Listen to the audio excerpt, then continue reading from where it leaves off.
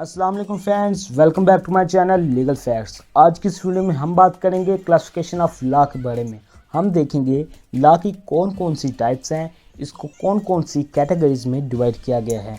साथ ही साथ हम इनकी मिसालें पढ़ेंगे और मिसालों के साथ याद करने की कोशिश करेंगे। चलें वीडियो को स्टार्ट करते हैं।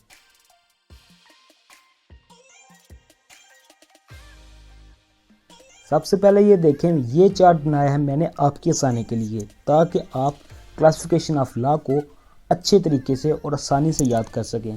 सबसे पहले ये देखें, लॉ को दो कैटेगरीज में डिवाइड किया गया है। सबसे पहले इंटरनेशनल लॉ है और दूसरे नंबर पर है म्यूनिसिपल लॉ। इंटरनेशनल लॉ को मज़ीद दो कैटेगरीज में डिवाइड किया गया है, जिसे हम प्राइवेट इंटरनेशनल लॉ कहते हैं और दूसरे को पब्लिक इंटरनेशनल लॉ कहते हैं। इसी तरह म्यूनिसिपल लॉ को भी तीन कैटेगरीज में डिवाइड किया गया है, public law, private law, procedural law. और इसी तरह इनकी ये मिसालें दी गई हैं। हम इनको अब डिटेल से पढ़ते हैं कि इसमें क्या बताया गया है और कौन से कानून बताए गए हैं। सबसे पहले देखें इंटरनेशनल लॉ। जैसा कि आपको मैंने बताया था, लॉ को क्लासिफाई किया गया है इंटरनेशनल लॉ में और म्यूनिसिपल लॉ में। सबसे पहले इंटरनेशनल लॉ को देखें, इसकी डेफिनेशन पढ़ें। This deals with the relationships between two और more states. If there is conflict arise between two different states then international law will apply. अगर दो या दो से ज़्यादा रियासतों के दरमियान कोई तनाज़ा पेश होता है, कोई कन्फ्लिक्ट अराइज हो जाती है, इस कन्फ्लिक्ट को सेटल डाउन करने के लिए जो लॉ लागू होगा, इसे हम इंटरनेशनल लॉ कहेंगे। आसान ज़ुबान में मैंने आपको समझा दिया है। अगर कोई दो रियासतों के दरमियान कोई जंग छिड़ जाती है या कोई मिसअंडरस्टैंडिंग हो जाती है, इनके दरमियान कोई कन्फ्लिक्ट अराइज हो जाती है, तो इस मामले को सेटल डाउन करने के लिए जिस लॉ का हम इस्तेमाल करेंगे, हम उसे इंटरनेशनल लॉ कहेंगे। इसी तरह इंटरनेशनल लॉ दो मज़ीद कैटेगरीज में डिवाइड हो गया है, जिसे हम पब्लिक इंटरनेशनल लॉ कहते हैं और दूसरे को प्राइवेट इंटरनेशनल लॉ कहते हैं। Public international law. This law deals with the state-to-state relationship. The general definition of international law is related to the public international law. The state-to-state relations are under public international law. ठीक है, ये अगर एक state की public और दूसरे state की public के दरमियान कोई कन्फ्लिक्ट राइज हो जाता है, ठीक है, एक दूसरे के खिलाफ वो प्रोटेस्ट करते हैं, इस मामले को सेटल डाउन करने के लिए हम पब्लिक इंटरनेशनल लॉ को लागू करते हैं। यही समझ लें कि ये इंटरनेशनल लॉ ही है। एक रियासत का दूसरी रियासत के साथ कोई कन्फ्लिक्ट राइज होता है तो उसे इंटरनेशनल लॉ कहते हैं, ठीक है, उसे पब्लिक इंटरनेशनल लॉ भी कहा जा सकता है। नेक्स्ट है प्राइवेट इंटरनेशनल लॉ।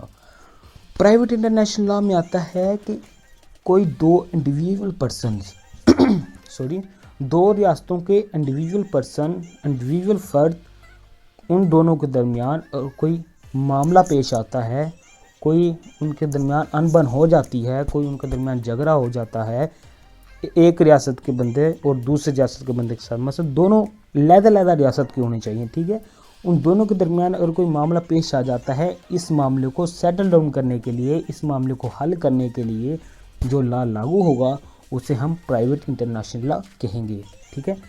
नेक्स्ट है म्यूनिसिपल लॉ। म्यूनिसिपल लॉ भी लॉ की कैटेगरी है, जिसकी डेफिनेशन है municipal law is law which is only for specific areas, territory और country and for particular state. It is called national law और municipal law. Municipal law को हम state law भी कह सकते हैं, नेशनल लॉ भी कह सकते हैं, ठीक है, क्योंकि ये एक मखसूस इलाके के लिए है, मखसूस रियासत के लिए है, मखसूस कंट्री के लिए है। जैसे कि हर कंट्री का लहदा कानून होता है, उन्होंने अपने कानून बनाए होते हैं, ठीक है, हर एक कंट्री का लहदा कानून लागू हुआ होता है, इसको फुलफ़िल करना चाहिए, ठीक है। इसे हम म्यूनिसिपल लॉ कहते हैं। म्यूनिसिपल लॉ की मज़ीद तीन कैटेगरीज हैं, जिसे हम पब्लिक लॉ कहते हैं, प्राइवेट लॉ कहते हैं और एक प्रोसीजर लॉ है। इसको हम देखते हैं। Public law. This law is applicable for those two parties in which one side party is state and second party is an individual. बहुत ही आसान लफ्ज़ों में आपको समझ आ ही गया होगा कि ये वो लॉ है जो दो पार्टियों के दरमियान अप्लाई होता है, जिसमें पहली पार्टी होती है एक हुकूमत और दूसरी पार्टी है एक इंडिविजुअल उसी हुकूमत का, ठीक है। उसी सेम हुकूमत का, क्योंकि हम पा रहे हैं म्यूनसिपल लॉ सिर्फ एक स्टेट लेवल का है, एक रियासत का है, ये इंटरनेशनल लॉ नहीं है, ठीक है।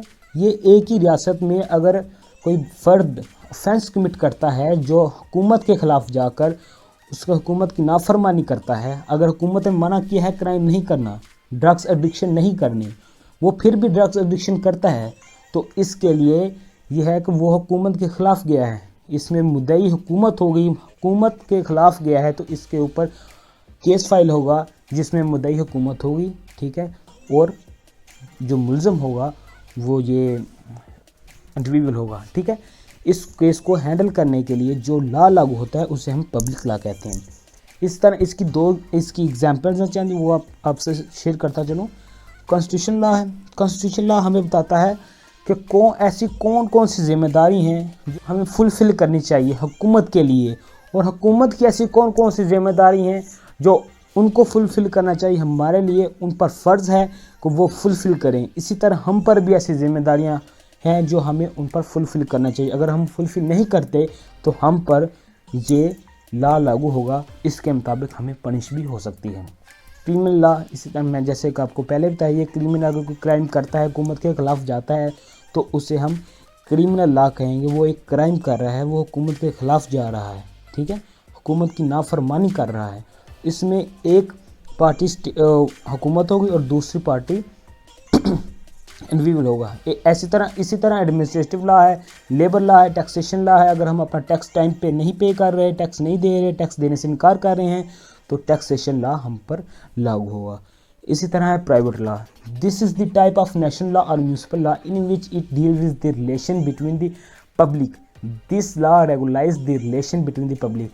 ये हमारे आपस के ताल्लुकात को मजबूत करने के लिए प्राइवेट लॉ बनाया गया है। जैसे कि कॉन्ट्रैक्ट लॉ है, अगर कोई बंदे दो आपस में कॉन्ट्रैक्ट करते हैं, इसको फुलफ़िल करना चाहिए। अगर फुलफ़िल नहीं करता तो इस कॉन्ट्रैक्ट लॉ के मुताबिक हम उसको केस फाइल कर सकते हैं। इस तरह फैमिली लॉ है, जैसे शादी करना, खुला देना, तलाक देना, इस तरह का ये मामला सब देखने के लिए फैमिली लॉ इस्तेमाल होता है। टॉर्ट लॉ एक कंपनसेटरी लॉ है, ठीक है, इसमें आपको कंपनसेशन मिलती है। प्रॉपर्टी लॉ, अगर आपकी प्रॉपर्टी को कोई नुकसान पहुंचा रहा है, इस प्रॉपर्टी का नुकसान पूरा करने के लिए आप प्रॉपर्टी लॉ लागू कर सकते हैं। प्रोसीजर लॉ, ये हमें बताता है कि इन सब लॉ को कैसे इन पर अमल करना है। अगर कोई क्राइम करता है तो इसको इन्वेस्टिगेट कैसे करना है, इसमें कौन सी पनिश इसको मिलेगी, इसमें सारे केस को हैंडल करने के लिए जो प्रोसीजर होता है ये हमें प्रोसीजर लॉ बताता है। सिविल प्रोसीजर इसकी एग्जांपल है, क्रिमिनल प्रोसीजर भी इसकी एग्जांपल है। सिविल प्रोसीजर, अगर सिविल बंदे आपस में कोई लेन देन करते हैं, अनबन करते हैं, अगर इसमें कोई मसला मसाइल पैदा करते हैं तो हम ये प्रोसीजर लॉ बताता है कि इसको कैसे हैंडल करना है, इसको इन्वेस्टिगेट कैसे करना है, इसमें पनिशमेंट कौन कौन सी देनी है, ठीक है। तो ये थी आज की वीडियो। अगर आपको वीडियो पसंद आई तो लाइक करें, अपने दोस्तों के साथ ज़रूर शेयर करें और सब्सक्राइब करें। मिलते हैं नेक्स्ट वीडियो में, अपनी दुआ में याद रखिएगा।